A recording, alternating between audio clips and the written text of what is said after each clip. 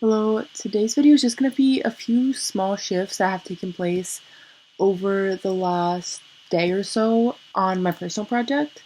I'm actually on vacation right now, but I got a little bit of like a kick in the butt this morning to keep working, which I feel like has just happened like quite a bit over the last over the course of this project. Like my last video I mentioned that I went to church and the pastor made a sermon about sticking to your goals. Today's little kick is that I actually am staying with a family that I am friends with, and I was having a conversation this morning with one of them who is a psychiatrist. And she was actually talking to me about a patient who she saw who had like what was probably pretty severe trauma with some dissociative, like probably pretty strong dissociative tendencies. And she described a little bit about how this person like described their experience, and also and just mentioned the fact that it was really sort of severe trauma that they had sustained for a really long time. And she was talking about some of the difficulties of being a psychiatrist and how it can be really hard in cases like that to feel really comfortable just giving people just another baseline medication, particularly for people who have been sort of moving through the mental health care system for years and haven't really seen much of a result. The pressure can be really strong to just give them like another sort of, here's another antidepressant, here's another something. But she just felt like that was one of the situations where somebody was sort of being a little bit failed by the limitations of psychiatry. And for me personally, I was in the back of my mind thinking about this project. I haven't really shared this project that much with anybody. I haven't, like, for example, told this person that I'm working on it because I just want to, I want to work without the pressure. I don't want, I just want to give like a finished result. But from my end, I was thinking about my work that I'm doing on dissociation, on acetylcholine, and also the fact that I've read already in many papers that a lot of people with dissociative tendencies, with dissociation, dissociative disorders, have a really hard time in the healthcare system and often will be sort of in and out of, will be navigating the mental health care system for extended periods of time without seeing much of a positive shift or much results. And I started thinking about my project and started to get that little like kick in the butt feeling again, like go work on it, even though I was on vacation, because I just thought like, how amazing would it be for this person to have a medication that actually targets their genuine need and not some roundabout need that we just sort of keep throwing at people to see if they get better. There's actually not a medication on the market at all for dissociation because dissociation is so just like not very well understood. And I actually, alongside of working on this project, on making a neural network on prolonged stress in rats, but in a computational model, I actually have been sort of drafting up a treatment idea, like a sort of therapy type that I think would work well for people with this particular set of symptoms with a medication component based on the project that I'm doing. And it hasn't been like a main thing, but it's just something that keeps coming up as I've gone along. Like it just sort of been honestly like building itself alongside everything that I'm doing because I'm just getting a sense of like what's needed. Obviously, assuming that my project goes right, I'm like really close to the end. So you're also going to get a little bit of me just sort of shifting my project up to get it organized to put the last pieces in. But while I was talking to her, I was just remembering that over the last few days it's just been on my mind, this sort of treatment option that I've been making up. And I actually already have a medication type that I think would work well with it that is not for dissociation, but based on the papers I've read, I think would do really well for dissociation if my project is right. So I'm going to show you guys all of that in this video. Basically what I'm looking at, this was what I shared in another video. So basically, if we were to diagnose something like dissociative identity disorder, dissociative amnesia, or just different types of dissociative experiences like that, where people really struggle with like repressed memories or trauma, can't get in their bodies, whatever. The thing is that I mentioned in the other video, I'll just go over briefly, but I basically think that people, you would not want to make it a constant medication that you're taking, like an antidepressant, because unlike something like depression, the reason for the dissociative symptoms are usually to protect you from the sort of severity of the trauma. So, for example, I read cases of people with generalized amnesia and leaning into, to sort of dissociative identity disorder cases where basically the minute that they started interacting with the content of the trauma in a more like in your face context, basically they got extremely manic, extremely suicidal, things like that. So it's a very delicate process to work through something like dissociated memories. And so I imagine it as something like along the lines of EMDR, where people, I actually wanted EMDR. I mentioned all this in the other video. I haven't been able to get it yet because it's a bit, you gotta pay for it, all this stuff. But um, in EMDR, they basically guide you through these sort of eye movements, and then they help you to process trauma. And rather than doing it all the time, people do it for bursts of time so that you can really sit with the heavy things and then sort of unpack that over time rather than always sitting with heavy things. If you always sit with heavy things, it can be really emotionally like take a toll. So I imagine it as it doesn't have to be 6 week. I just like put that out there, but like some kind of intensive process with a therapist trained for that. And basically, and then the medication would be taken alongside or either alongside that period of time or in the actual therapy, you would take the medication. This is what I added this morning. There's actually already a medication that they basically put that they've been using in all of the studies that I've read. And basically this medication, if you take it, it will lower your acetylcholine levels. The thing is that in most cases that's a bad thing. You don't usually want to lower acetylcholine levels because that actually causes amnesia in people because acetylcholine is the chemical essentially responsible for us like learning and encoding. So during the day, it's going off so that we're learning information. But my study that I'm doing right now, granted, this is if it's correct, and I will say that I think it's gonna be at least like a good lead because I've read a lot of different studies basically linking it showed that in rats with in inescapable stress their acetylcholine levels get really high. So I'm still working on the study, but basically I noticed that people haven't actually tested I think it's called scopolamine. Let's look it up. People haven't tested scopolamine in a situation where someone has like a dissociative amnesia or because that the science hasn't been done yet. This like my original study essentially linking high acetylcholine to these stress levels in like a trauma context. My thinking is that maybe in a normal baseline, a person has like a baseline amount of acetylcholine, maybe scopolamine would cause amnesia or cause you to not be encoding. But if someone has overly high acetylcholine levels, so they're encoding too much, giving them like an appropriate dosage of acetylcholine to lower it a little bit would actually, I think, be probably really helpful because it would mean that it's going more to the baseline amount, and then maybe that would make it so that people are able to sort of that might diminish diminish the like sort of hyperarousal feeling, and then also increase somebody's ability to actually consolidate information. Because the thing is that my theory is that if the acetylcholine levels are too high, it stops you from going into that consolidation zone, because when the acetylcholine is like really specifically timed so that if acetylcholine is going off, you're encoding, and then once it goes down, you're consolidating all that information. And if once you start consolidating information, it can actually be like processed, go into long-term memory. But if you're always encoding information, or if you're encoding information too much, you don't get to that point where you're actually consolidating your memories. And that's why I think we get dissociative amnesia and stuff like that. I think it's called scopolamine. Yeah. So scopolamine is actually already, like I said, people already take it. It's usually to treat motion sickness and postoperative nausea and vomiting. But I just think that because everybody's using it in the studies to lower acetylcholine, I think it would be a good option for people. It's actually a natural thing that grows in nature.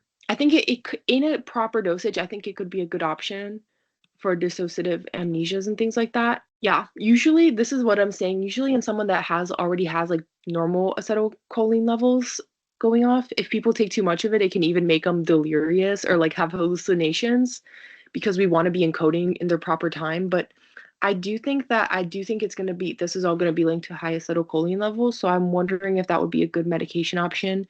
Um, in that case, but I don't know. So that's just a little bit of an update on that because I feel like it's been kind of like a subplot of my personal project journey. Like I've been sort of doing this sort of alongside everything and just just trying to think about it. I think for the talk therapy component, I want to do some research, but I think that I would want to combine I'm gonna do some reading on different types of like therapy options that are good for people with dissociation, but I definitely think it would involve some element of parts theory, so like structural dissociation. I'm gonna go over at some point some of my old papers that I've read about this, see what works and what doesn't. I actually read a really good paper. I thought 23 was like a nothing year, but I'm literally I feel like this has been the craziest year of my life, literally. So I read a paper on basically about clinicians and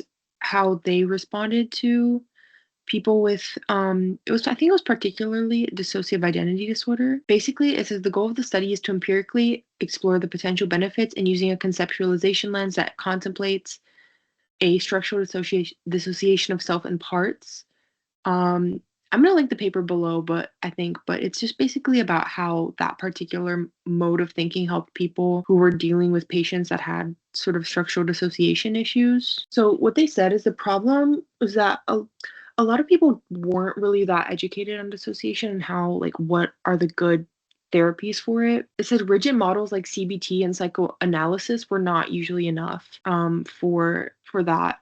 Parts theory was extremely helpful. The ones that were helpful, okay, so the ones that were actually helpful for people were so anything related to parts theory, so structural dissociation sort of things that people have different parts of them, were what people, the clinicians said that once they learned that, they had a much easier time with their patients and it was less difficult for them.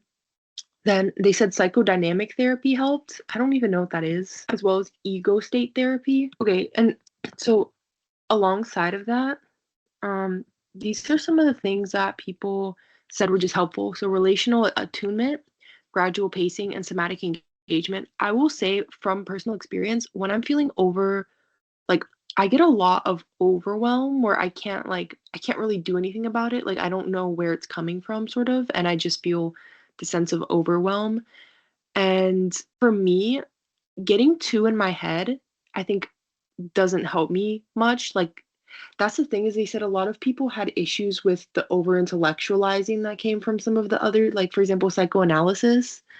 And I can attest to that. I think sometimes it's better to do something like getting in my body. One of the best things that I've done for my own self when I'm feeling that way, really there's very little things that help me, but doing yin yoga, which is just like a very very slow paced sort of yoga, always helps me.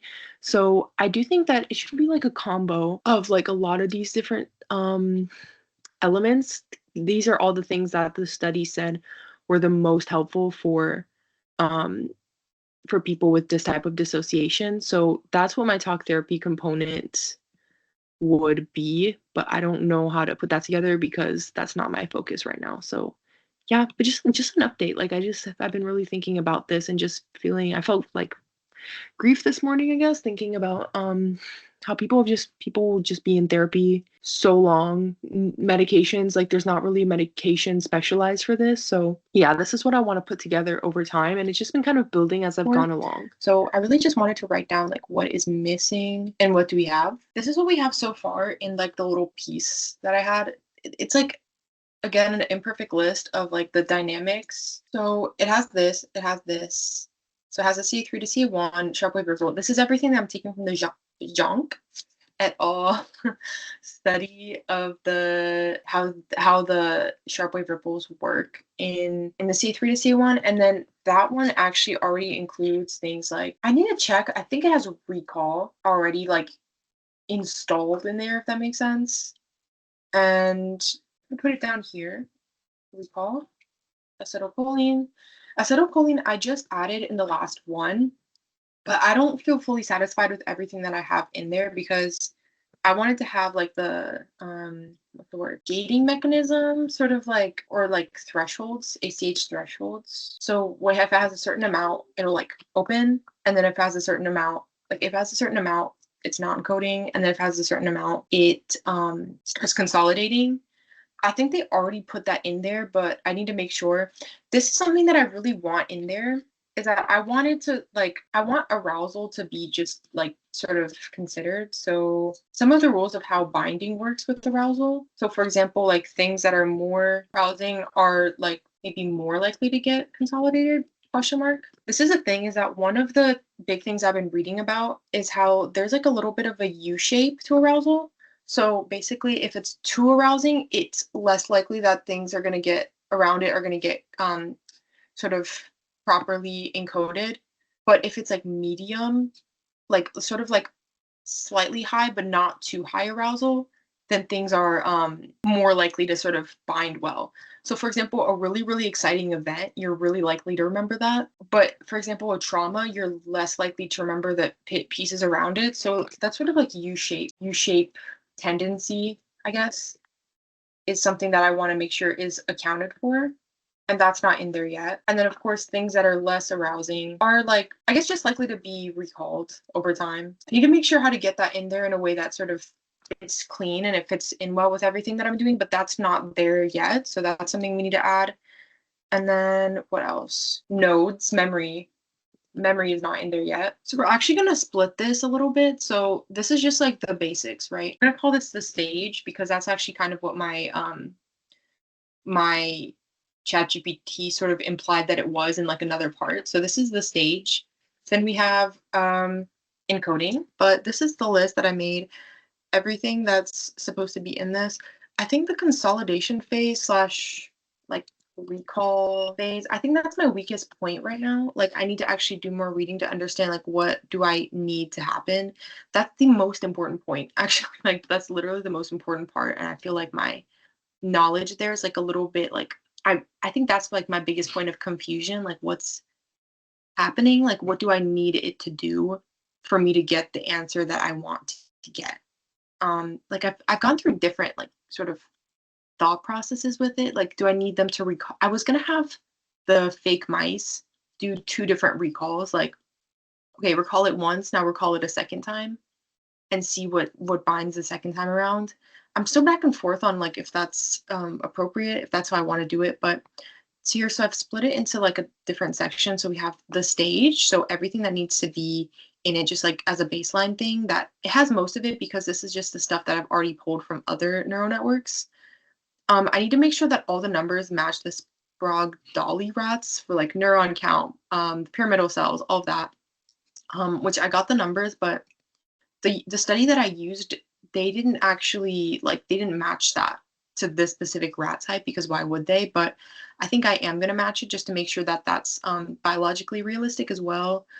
I don't think that I actually put the thresholds that I had gotten before into it because I already had here. So the different like percentages. And then, so that's just like the main stage almost of this whole thing. And then there's like an encoding phase. So it's going to have that all these things I've spoken about. So things that are more arousing are likely to get consolidated, that little U-shaped tendency, things that are less arousing are less likely to be recalled. And then memory. So more arousing, that's just going to be my whole memory sequence. Like, okay, they're making memories, encoding memories. And then more arousing things, like if things are very arousing, they should be evoking more acetylcholine. And then nodes with pieces sort of binded.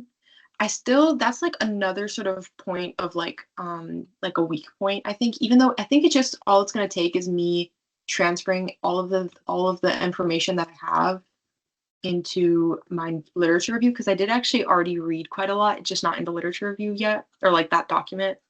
And then yeah, consolidation or recall is that gap. So this is my full list of everything that needs to be in there. And yeah, I just feel like a lot more organized with it, or it feels like, okay, this is like happening and I already have all of this stuff there. The entorhinal cortex, is that what it's called?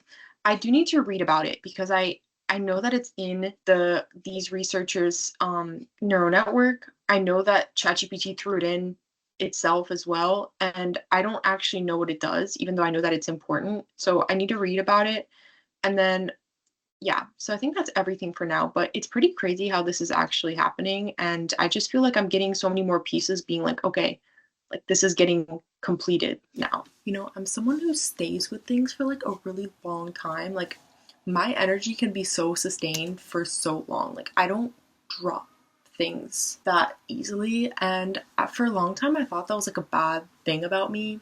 Like I like through this whole situation that I went through, this whole story arc of developing trauma and then starting to heal from trauma, and then like all of the aftermath, I think I just really felt this pressure to like drop it and to just forget that it exists and like keep moving on with my life. And I don't know, I think for a long time it felt like a negative part of me that I didn't like I didn't stray from the issue. I didn't like sort of turn a blind eye to it and just keep moving, you know, because this all happened to me now like maybe like over like maybe like 6 years ago. I've just learned to see it as a good thing. I have many areas of life where I'm like I just don't lose focus like that. Like even for example, like I don't know, crushes and stuff. Like I'll like people for like a very long time. Like when my eye is like on something, like it's just there for like a very long time. And I think that I